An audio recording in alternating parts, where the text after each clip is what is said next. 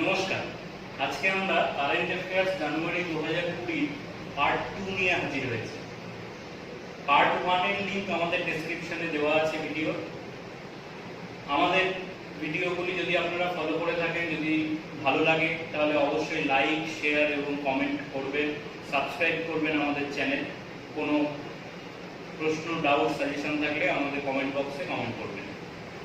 আজকে শুরু করছি জানুয়ারি 2020 কারেন্ট অ্যাফেয়ার্স পার্ট 2। প্রথমেই যে খবরটির দিকে আমরা নজর দেব সেটা হচ্ছে annual status of education report ASER। এই রিপোর্টটি পাবলিশ করেছে একটি এনজিও, প্রথম বলে। এই প্রথম এনজিও রিপোর্ট গোটা ভারতবর্ষে খুব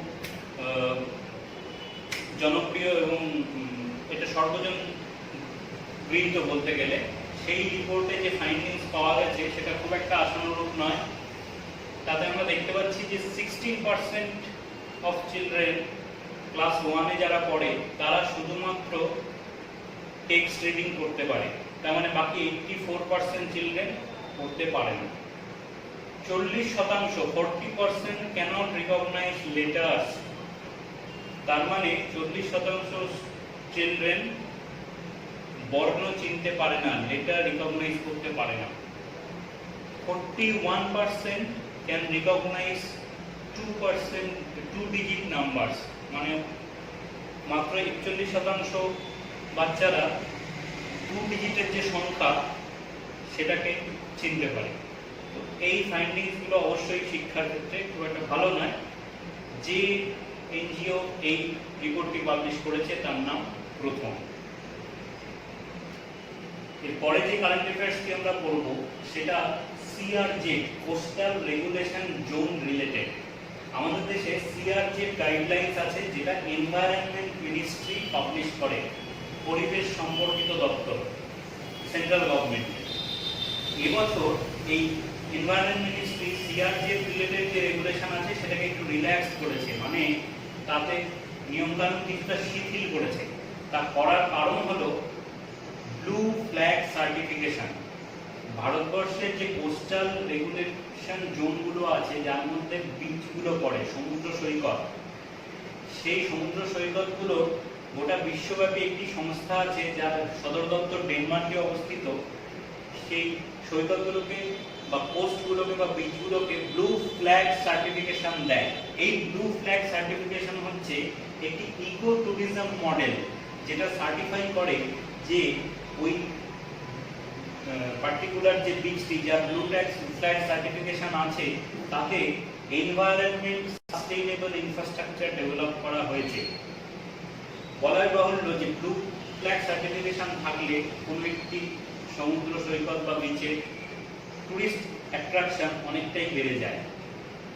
এই সিআরজেড রেগুলেশন শিথিল করার কারণ হচ্ছে তাতে আমাদের দেশের 13টি বিচ এই ব্লু ফ্ল্যাগ সার্টিফিকেশন পাওয়ার জন্য মনোনীত হয়েছে, যেটা সিআরজেড গাইডলাইন্স রিল্যাক্স না করলে হচ্ছিল না। উল্লেখযোগ্য যে 13টি বিচ এই ব্লু ফ্ল্যাগ সার্টিফিকেশন পাচ্ছে তার মধ্যে আছে উড়িষ্যার গোল্ডেন বিচ এবং আন্দামান অ্যান্ড নিকোবর আইল্যান্ডে রাধানগর বিচ। পশ্চিমবঙ্গের কোনো বিচ এতে স্বীকৃতি পায়নি। আমাদের নিকটবর্তী রাজ্য গোয়া, ওড়িশা এবং আন্দামান নিকোবরের দুটো বিচ এই সার্টিফিকেশন পেয়েছে। এবার আমরা অ্যাপয়েন্টমেন্ট রিলেটেড কয়েকটি নিউজ আমরা দেখে নেব। সেখানে আমরা দেখতে পাচ্ছি জানুয়ারি মাসে বার্সেলোনা ফুটবল দলের কোচ পরিবর্তন হয়েছে। আগে ছিলেন আর্নেস্টো ভালভার্দে, এখন কিকে সেটিয়েন কোচ হিসেবে নিযুক্ত হয়েছেন। পরবর্তীটা একদম অন্য বিষয়। MPC committee, monetary policy committee আমাদের আরবিআই এর আছে, সেখানে জনক রাজ বলে একজন ইন্টারনাল মেম্বার হিসেবে অ্যাপয়েন্টেড হয়েছে। আমরা জানি বর্তমানে ভারতের মনিটারি পলিসি ঠিক করে MPC, monetary policy committee. Governor একা করেন না, যেটা আগে করতেন। এই কমিটির একজন মেম্বার হিসেবে, ইন্টারনাল মেম্বার হিসেবে জনক রাজ অ্যাপয়েন্টেড হয়েছে। এছাড়া ভারতবর্ষের অ্যাম্বাসেডর ইউনাইটেড স্টেটসে নিযুক্ত হয়েছেন তরণজিৎ সান্ধু। তরণজিৎ সান্ধু ভারতবর্ষের অ্যাম্বাসেডর টু দ্য ইউএস। এবার নেপাল বিষয়ক দুটি কারেন্ট অ্যাফেয়ার্স নিউজ বলছি। প্রথম হচ্ছে খগেন্দ্র থাপা মাগার বলে একজন ব্যক্তি মারা গেছেন, কিন্তু ইনি এই জন্য ইম্পর্টেন্ট যে Guinness book of world records অনুযায়ী ইনি বিশ্বের সব থেকে ক্ষুদ্রতম মানুষ ছিলেন। এবছর জানুয়ারি মাসের পোকড়াতে উনি মারা গেছেন। দীর্ঘদিন ধরে এই রেকর্ডটি উনি হোল্ড করছিলেন। ওনার উচ্চতা ছিল 67.08 সেন্টিমিটার।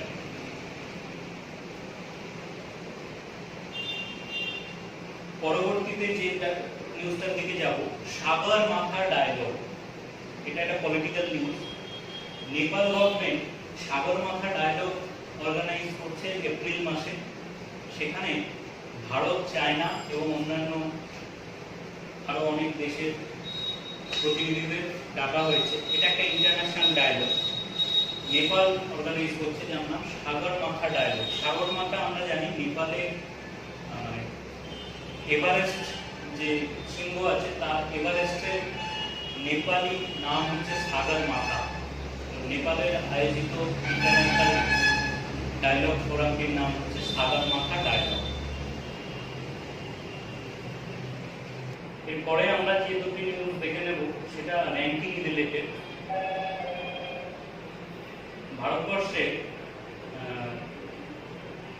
ভারতবর্ষের স্থান ডেমোক্রেসি ইন্ডেক্সে বর্তমানে 51তম। এটাতে ভারতের 10টি স্থান স্খলন ঘটেছে, মানে আগের বছর ভারতের স্থান ছিল 41। এটা ভারতের পারফরমেন্স এতে খারাপ হয়েছে। এই র্যাঙ্কিংটা করে ইকোনমিক্স ইন্টেলিজেন্স ইউনিট, যেটা দ্য ইকোনমিক্স বলে যে বিখ্যাত সংবাদ মাধ্যম আছে তাদের একটি সংস্থা। এছাড়া করাপশন পারসেপশন ইন্ডেক্সে ভারতের র্যাঙ্কিং 80, গত বছর ছিল 78, তাহলে দুটি স্থান নিচে গেছে ভারতের করাপশন পারসেপশন ইন্ডেক্স। এই করাপশন পারসেপশন ইন্ডেক্স পাবলিশ করে ট্রান্সপারেন্সি ইন্টারন্যাশনাল বলে একটি আন্তর্জাতিক সংস্থা।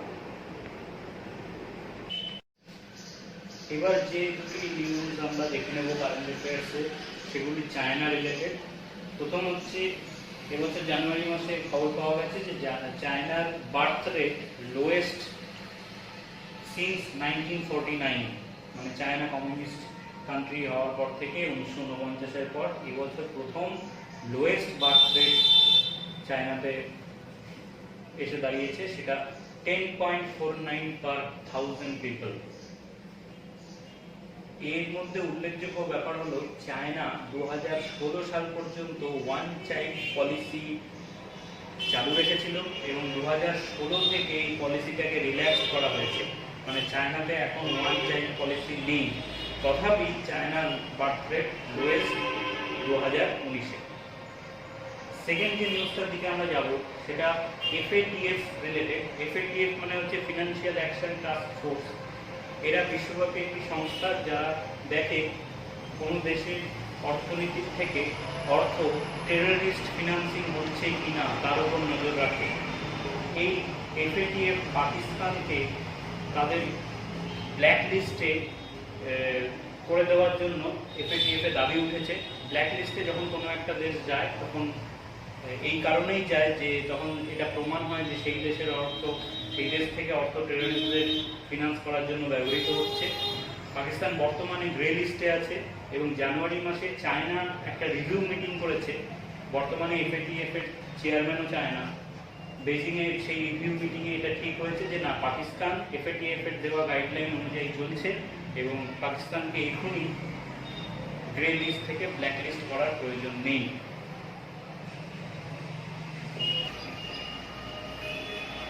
এবার যে দুটি খবর আমরা দেখব সেটা polity related, Indian polity.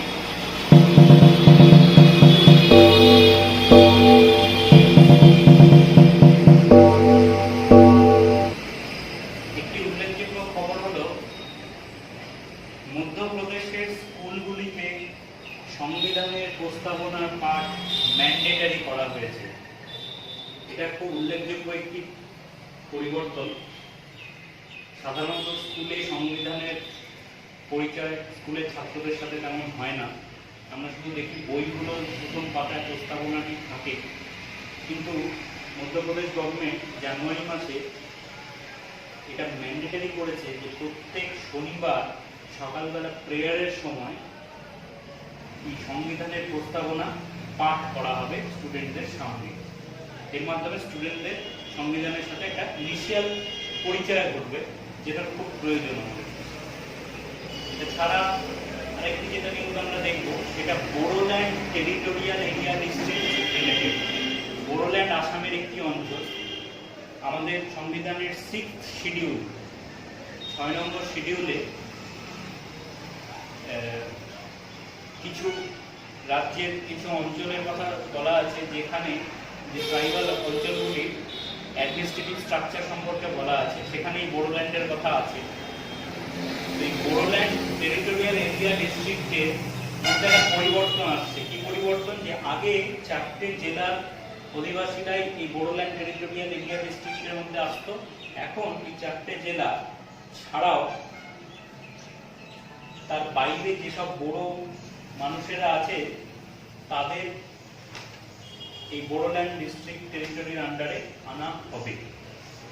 Ministry of home এই ঘোষণাটি করেছে। আরেকটি উল্লেখযোগ্য ঘটনা জানুয়ারি মাসে ঘটেছে, সেটা লেজিসলেটিভ কাউন্সিল রিলেটেড। অন্ধ্রপ্রদেশ সরকার তাদের অ্যাসেম্বলিতে একটা রেজলিউশন বা বিল এনেছে, যেটাতে অন্ধ্রপ্রদেশ তার নিজস্ব লেজিসলেটিভ কাউন্সিলকে অ্যাবলিশনের কথা বলছে। আমাদের দেশে সংবিধান 169 ধারা অনুযায়ী একটা রাজ্যে 2 টায়ার স্ট্রাকচার থাকতে পারে, যেখানে একটা থাকবে বিধানসভা বা লেজিসলেটিভ অ্যাসেম্বলি, আরেকটি থাকবে বিধান পরিষদ বা লেজিসলেটিভ কাউন্সিল। তো এই আর্টিকেল 169 অনুযায়ী এই ক্রিয়েশন বা অ্যাবলিশনটা হতে পারে। আমাদের দেশে এখন বর্তমানে 6টি রাজ্যে এই স্ট্রাকচার আছে। সেই 6টি রাজ্য হলো বিহার, কর্ণাটক, মহারাষ্ট্র, তেলেঙ্গানা, উত্তরপ্রদেশ, অন্ধ্রপ্রদেশ। অন্ধ্রপ্রদেশ এই নিজস্ব লেজিসলেটিভ কাউন্সিলকে অ্যাবলিশ করার জন্য একটা বিল তাদের অ্যাসেম্বলিতে পেশ করেছে। এটা সম্পর্কে অন্যান্য কয়েকটি খবর বলে রাখি। সেটা হচ্ছে জম্মু কাশ্মীর, মানে জম্মু অ্যান্ড কাশ্মীরে এই স্ট্রাকচার ছিল, কিন্তু বর্তমানে যেহেতু জম্মু অ্যান্ড কাশ্মীরকে ইন্ডিয়ান টেরিটরি করে দেওয়া হয়েছিল আর্টিকেল 370 অ্যাবলিশ করে, তো তখন তার মানে বর্তমান এই সংখ্যাটি দাঁড়িয়েছিল 6টি, যে 6টি রাজ্যে এই স্ট্রাকচার আছে। তো অন্ধ্রপ্রদেশ অ্যাসেম্বলি একটা রেজলিউশন এনেছে এটাকে অ্যাবলিশ করার। রাজস্থান আর আসাম এই দুটো রাজ্যে লেজিসলেটিভ কাউন্সিল নেই, কিন্তু এরা লেজিসলেটিভ কাউন্সিল চেয়েছে, তাদের রিকোয়েস্টটা রাজ্যসভার পেন্ডিং আছে। তামিলনাড়ুতে একসময় যখন ডিএমকে গভর্নমেন্ট ছিল তখন তারা লেজিসলেটিভ কাউন্সিল তৈরি করবে বলে বিল পাস করেছিল, কিন্তু পরবর্তীকালে এআইডিএমকে গভর্নমেন্ট এসে সেই বিলটাকে ল্যাপস করে দিয়েছে। বর্তমানে আরেকটি উল্লেখযোগ্য খবর এর সাথে রিলেটেড বলে রাখি, সেটা হচ্ছে মহারাষ্ট্রের মুখ্যমন্ত্রী উদ্ধব ঠাকরে এই মে মাসে লেজিসলেটিভ কাউন্সিলের মেম্বার হিসেবে শপথ নিয়েছেন। এর আগে উনি নভেম্বর মাসে মহারাষ্ট্রের মুখ্যমন্ত্রী হয়েছেন। তো ওনাকে 6 মাসের মধ্যে যে কোনো একটি কক্ষের মেম্বারশিপ পেতে হতো, MLA, member of legislative assembly আর মেম্বার অফ লেজিসলেটিভ কাউন্সিল। তো এই বর্তমান মে মাসে 4 দিন আগে উনি লেজিসলেটিভ কাউন্সিল অফ মহারাষ্ট্রের মেম্বার হিসেবে নিযুক্ত হয়েছেন। বর্তমানে উনি মহারাষ্ট্রের মুখ্যমন্ত্রী। এবার আমরা দুটি ইন্টারন্যাশনাল নিউজ দেখে নেব, যেখানে মালদ্বীপসে দেখতে পাচ্ছি আমরা জানুয়ারি মাসে একটা মিজলস আউটব্রেক হয়েছিল। মিজলস মানে হাম, যে অসুখটি হয়, হামের জন্য এমআর ভ্যাকসিন দেওয়া হয়, মিজলস রুবেলা ভ্যাকসিন। ভারতবর্ষ মালদ্বীপকে সাহায্য করার জন্য 30,000 ভ্যাকসিন পাঠিয়েছিল। এই মিজলস আউটব্রেকে মালদ্বীপে অনেক মানুষ আক্রান্ত হয়েছিলেন। আচ্ছা, এটা ছাড়া যে আরেকটি ইম্পর্টেন্ট খবর, সেটা ফিলিপিন্সে ঘটেছে। ফিলিপিন্সে একটি ভলক্যানো আছে, আগ্নেয়গিরি তাল ভলক্যানো। সেই তাল ভলক্যানোতে বিজ্ঞানীরা আশঙ্কা করছিলেন যে কিছু সিমটমস পাওয়া গেছে বা আর্লি ওয়ার্নিংস পাওয়া গেছে, যেমন ভূমিকম্প এবং অন্যান্য, যে তাল ভলকানোর ইরাপশন অগ্নুৎপাত হতে পারে বলে ওখান থেকে প্রচুর মানুষকে এভাকুয়েট করা হয়েছিল, সরিয়ে নেওয়া হয়েছিল জানুয়ারি মাসে। তো তাল ভলকানো এখনও এরকম একটা স্টেটের মধ্যে আছে যে এখানে ইরাপশন হতে পারে। এবার যে খবরের দিকে আসবো সেটা 26 জানুয়ারি রিপাবলিক ডে রিলেটেড, আমাদের দেশে প্রজাতন্ত্র দিবস। এবছর এটা 71তম প্রজাতন্ত্র দিবস ছিল। প্রজাতন্ত্র দিবসের ট্যাবলো প্রদর্শন হয়, আমরা দেখেছি এর আগে পশ্চিমবঙ্গের ট্যাবলো ফার্স্ট হিসেবে নির্বাচিত হয়েছে। এবছর আসামের ট্যাবলো প্রথম হয়েছে, বেস্ট নির্বাচিত হয়েছে। 16টি ট্যাবলো প্রদর্শন ছিল। এটা ছাড়া এবছর রিপাবলিক ডে চিফ গেস্ট ছিলেন ব্রাজিলের প্রেসিডেন্ট জেয়ার বোলসোনারো। আমরা জানি প্রত্যেক বছর একজন কোনো একটি দেশের প্রধানকে চিফ গেস্ট করে আনা হয় আমাদের রিপাবলিক ডেতে। এবছরের চিফ গেস্ট ছিলেন ব্রাজিলিয়ান প্রেসিডেন্ট জেয়ার বোলসোনারো। তো উনি ভারতে এই সময় ভিজিট করেছেন এবং অন্যান্য আরও অনেকগুলো চুক্তি ভারতের সাথে ব্রাজিলের সাইন হয়েছে। এটা ছাড়া 26 জানুয়ারি রিলেটেড আরেকটি গুরুত্বপূর্ণ খবর হচ্ছে 26 জানুয়ারিতে আর্ম ফোর্সেস তাদের অস্ত্রশস্ত্র প্রদর্শন করে। সেখানে এবছর এস্যাট মিসাইল প্রদর্শন করা হয়েছে, যেটা ডিআরডিও ডেভেলপ করেছে। এস্যাট মিসাইল আমরা জানি এটা মিশন শক্তির আন্ডারে আসে। এই ASAT missile satellite, anti satellite missile, যেটা শত্রুপক্ষের স্যাটেলাইটকে ধ্বংস করতে পারে, তার সাথে মিসাইলের একটা ডিরেক্ট আঘাত ঘটে, তারপরে সেই স্যাটেলাইট ধ্বংস হতে পারে। তো এটার সফল উৎক্ষেপণ 2019 সালের মার্চ মাসে ডিআরডিও করেছিল, যেখানে 300 কিলোমিটার লোয়ার আর্থ অরবিটে একটা স্যাটেলাইটকে ধ্বংস করতে সক্ষম হয়েছিল অ্যান্টিস্যাট মিসাইল। এটা ভারতবর্ষের স্পেস এরিয়াতে একটা বড় সাফল্য, মিসাইল এরিয়াতে। এটা ছাড়া 26 জানুয়ারিতে দুটো হেলিকপ্টারের প্রদর্শন হয়েছে, একটা চিনুক আর একটা অ্যাপাচে, যেটা যে হেলিকপ্টারগুলো ভারতবর্ষ বোয়িং থেকে পেয়েছে বা কিনেছে। স্পোর্টস রিলেটেড কয়েকটি নিউজ দেখে নেব। জানুয়ারি মাসে মোহনবাগান এবং এটিকে, অ্যাথলেটিকো ডি কলকাতা, এই দুটো ক্লাবের মার্জার ঘোষণা হয়েছে। মানে পরবর্তী সেশনে আইএসএল এ খেলবে মোহনবাগান এটিকে বলে একটি টিম। মোহনবাগান এবছর আই লিগ জিতেছে, এই প্রশ্নটা আমাদের এর আগে ভিডিওতে ছিল। আই লিগ 2019-20 জিতেছে মোহনবাগান এবং আইএসএল 2019-20 জিতেছে এটিকে। তো এই দুই চ্যাম্পিয়ন টিমের মার্জার ঘটেছে এবং পরবর্তী বছরে আমরা মোহনবাগান এটিকে বলে একটা টিমটিকে আইএসএল খেলতে দেখতে পাবো। এরপরে আমরা যে নিউজে আসছি সেটা একটি দুঃখজনক ঘটনা। কোবে ব্রায়ান্ট বলে একজন বাস্কেটবল, যিনি একজন এনবিএ লেজেন্ড, উনি এবছর একটি হেলিকপ্টার ক্র্যাশে জানুয়ারি মাসে মারা গেছেন। উনি লস অ্যাঞ্জেলাস লেকার্স বলে যে ক্লাব আছে এনবিএ, তাতে খেলতেন এবং বাস্কেটবলের একজন লেজেন্ড প্লেয়ার ছিলেন, লেজেন্ডারি ফিগার। এরপরে আমরা যে নিউজে আসবো সেটা হচ্ছে অস্ট্রেলিয়াতে এবছর indoor cricket world cup men's and women's এবছর অস্ট্রেলিয়াতে অনুষ্ঠিত হবে, অস্ট্রেলিয়ার মেলবোর্নে। এটা 11তম ইনডোর ক্রিকেট ওয়ার্ল্ড কাপ। এবার আমরা যে কারেন্ট অ্যাফেয়ার্সের দিকে নজর দেবো সেটা গ্র্যামি অ্যাওয়ার্ডস নিয়ে। 62nd অ্যানুয়াল গ্র্যামি অ্যাওয়ার্ডস জানুয়ারি মাসে অনুষ্ঠিত হলো। সেখানে একজন নতুন স্টারের জন্ম হলো, তার নাম বিলি এইলিশ। তিনি 4টি বিভাগে বেস্ট প্রাইজ জিতেছেন, album, record, song of the year এবং বেস্ট নিউ আর্টিস্ট। এছাড়া বিয়ন্সে নোলেসের মিউজিক ফিল্ম হোমকামিং অ্যাওয়ার্ড জিতেছে এবং আরেকটি উল্লেখযোগ্য নাম হলো মিশেল ওবামা। আমরা জানি বারাক ওবামার স্ত্রী মিশেল ওবামা, তার লেখা বই বিকামিংয়ের অডিও ভার্সনের জন্য তিনি গ্র্যামি অ্যাওয়ার্ডস পেয়েছেন এবছর। এরপরে আমরা যে কারেন্ট অ্যাফেয়ার্সটির দিকে নজর দেবো সেটা ইন্টারন্যাশনাল নিউজ সম্পর্কিত একটি কারেন্ট অ্যাফেয়ার্স। ওসলো অ্যাকর্ড 1993 থেকে 1995 সালের মধ্যে সাইন করা হয়েছিল বিটুইন ইসরায়েল অ্যান্ড প্যালেস্তাইন। সেই ওসলো অ্যাকর্ড এতদিন পর্যন্ত ইসরায়েল এবং প্যালেস্তাইন মেনে এসছে। তো সম্প্রতি ডোনাল্ড ট্রাম্প, আমেরিকান প্রেসিডেন্ট, একটি West Asia peace plan device করেছেন, যে পিস প্ল্যান অনুযায়ী উনি ইসরায়েলের যে অকুপেশন আছে ওয়েস্ট ব্যাংকে সেটাকে মান্যতা দিয়েছেন। এটা প্যালেস্তাইনে স্বাভাবিকভাবেই প্যালেস্তাইন দ্বারা গ্রাহ্য হবে না, হয়নি, এবং তারা এই ওসলো অ্যাকর্ড থেকে নিজেদের সরিয়ে নেবে বলে দাবি করেছে, যদি West Asian piece plan Donald Trump যেটা ডিভাইস করেছে সেটা অ্যাপ্লিকেবল হয়। কারণ যেটা আমাদের এখানে মনে রাখতে হবে, ওসলো অ্যাকর্ডের সাল 1993-95 বিটুইন ইসরায়েল অ্যান্ড প্যালেস্তাইন, আর ডোনাল্ড ট্রাম্পের ওয়েস্ট এশিয়া পিস প্ল্যান, যেটার উপর এখন চর্চা চলছে। এবার আমরা সব থেকে ইম্পর্টেন্ট নিউজগুলোর দিকে যাচ্ছি, যেগুলো ন্যাশনাল নিউজ। প্রথমেই আমরা যেটা দেখছি, আদনান সামি। আদনান সামিকে আমরা একজন গায়ক হিসেবে জানি। 2015 সালে ইনি ভারতীয় সিটিজেনশিপের জন্য অ্যাপ্লাই করেছিলেন। ইনি একজন পাকিস্তানি গায়ক, যদিও এনার জন্ম লন্ডনে, এবং আরও উল্লেখযোগ্য ঘটনা হচ্ছে ইনি পাকিস্তানের এয়ারফোর্সে কর্মরত ছিলেন। যাই হোক, 2015 সালে ইনি ভারতীয় নাগরিকত্বের জন্য অ্যাপ্লাই করেন। 2016 সালে ইনি ভারতীয় নাগরিকত্ব পান, এবং রিসেন্টলি উনি যে কারণে নিউজে, সেটা হলো এবছর যে 118 জনকে পদ্মশ্রী পুরস্কার দেওয়া হয়েছে, তাদের মধ্যে আদনান সামি একজন। অনেকগুলো ঘটনা আদনান সামিকে নিয়ে।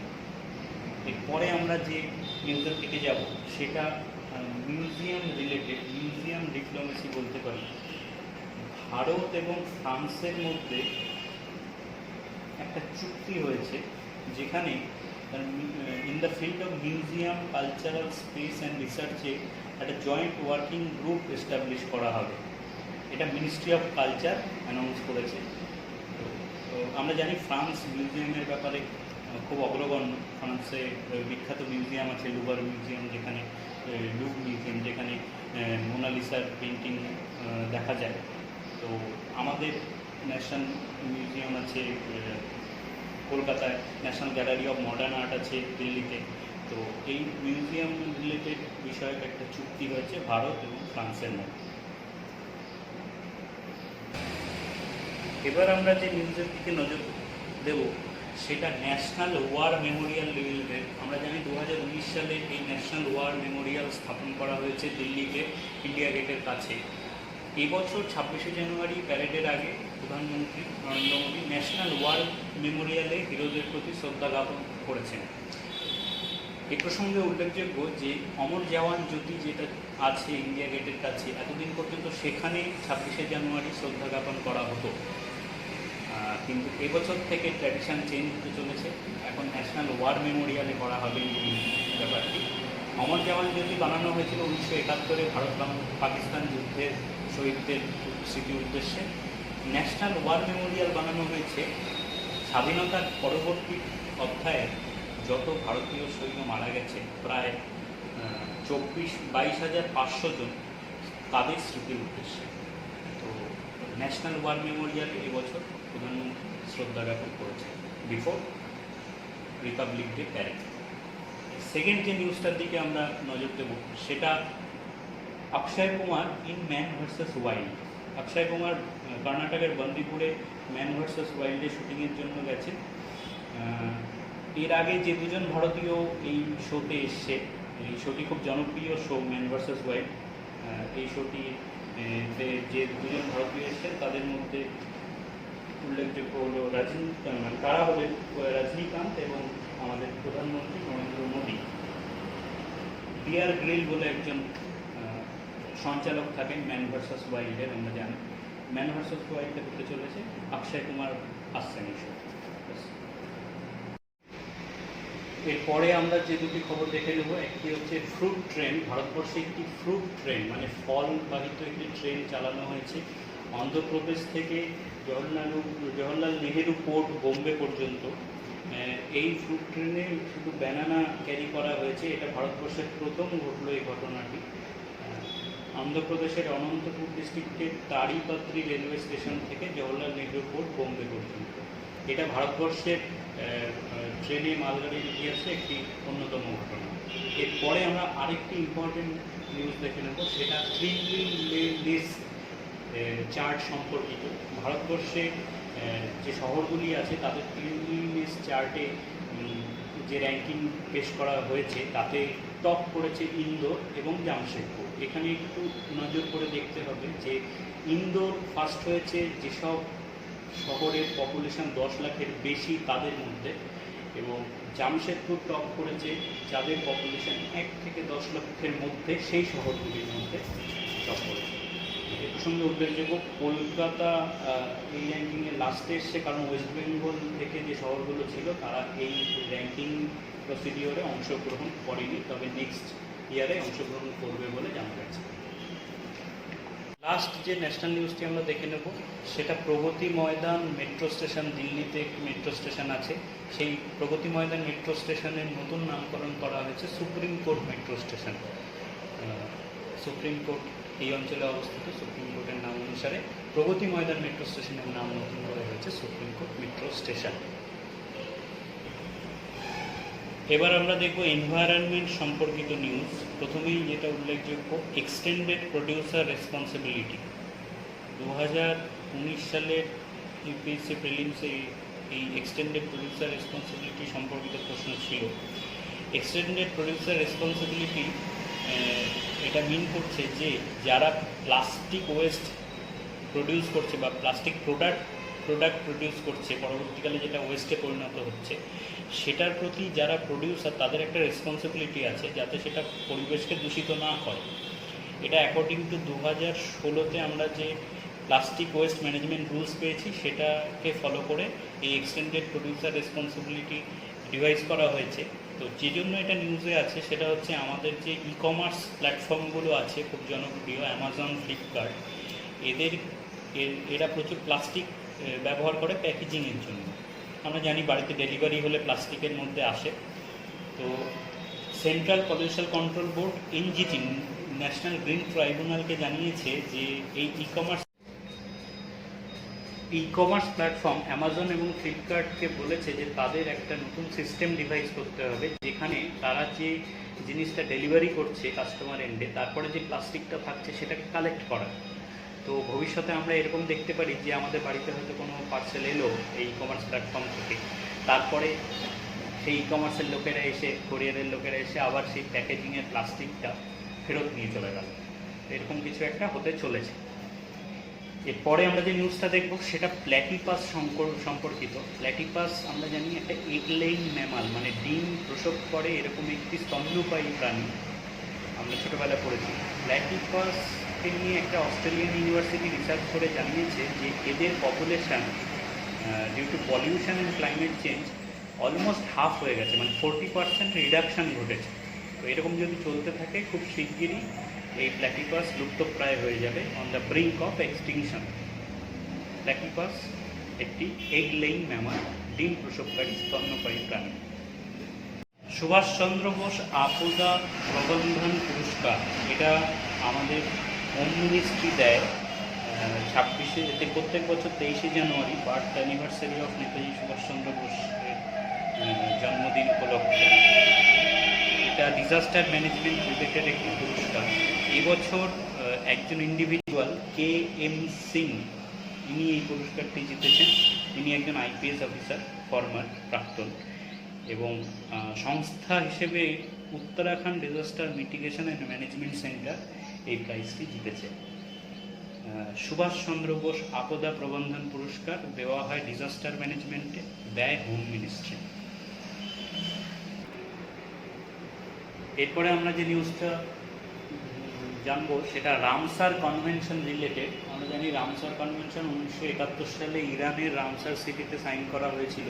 এটা convention on protection of wetlands, মানে জলাভূমি সংরক্ষণের একটি ইন্টারন্যাশনাল চুক্তি গভর্নমেন্টগুলোর মধ্যে। এটা one of the oldest convention on environment. তো এই রামসার কনভেনশন যে জন্য নিউজে আছে যে আমাদের দেশ থেকে আরও 10টি ওয়েটল্যান্ড এই রামসার কনভেনশনের স্বীকৃতি পেয়েছে। রামসার কনভেনশনের স্বীকৃতি পেলে সেখানে স্পেশালি প্রোটেকশন দেওয়া হয়। আমাদের দেশের টোটাল এই সংখ্যাটা গিয়ে দাঁড়ালো 37, এই 10টি নতুন ওয়েটল্যান্ড আসার ফলে। এতে ওয়েস্ট বেঙ্গলেরও ওয়েটল্যান্ড আছে। সবথেকে উল্লেখযোগ্য যেটা, মহারাষ্ট্র থেকে প্রথম একটি ওয়েটল্যান্ড এসছে, সেটা নাম হচ্ছে নন্দুর মাধমেশ্বর। এই রামসার কনভেনশনে এরা ইনক্লুডেড হয়েছে।